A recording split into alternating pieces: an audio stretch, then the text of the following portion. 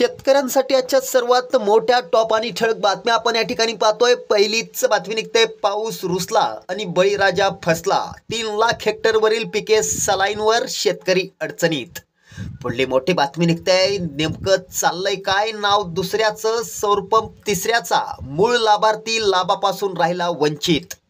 पुढली मोठी बातमी निघते, शेतकऱ्यांसाठी मोफत वीज, 8.5 लाख सौर कृषी पंप देण्याची राज्य सरकारची घोषणा। पुढली मोठी बातमी निघते, पावसाचा जोर वाढणार, मध्य महाराष्ट्र, कोकण, विदर्भात पाऊस तर मराठवाड्यात प्रतीक्षा कायम, हवामान विभागाचा अंदाज।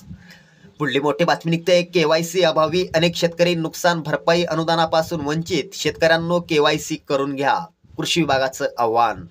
पुढली मोठी बातमी निघते, बनावट नोंदीतून पीक विम्याची लूट, चक्क सरकारी देवस्थानाच्या जमिनीवर पेरणी भासवून उतरला इमा। पुढली मोठी बातमी निघते, दुधाला 5 रुपये अनुदान अमान्य, 40 रुपये लिटर दरासाठी शेतकरी ठाम। पुढली मोठी बातमी निघते, 16 जिल्ह्यातील शेतकऱ्यांच्या खात्यावरती आज 75% पीक विमा जमा करण्याचे कृषी मंत्री धनंजय मुंडेंचे आदेश, शेतकऱ्यांना मोठा दिलासा। शेतकऱ्यांसाठी या होत्या सर्वात मोठ्या टॉप आणि ठळक बातम्या। धन्यवाद।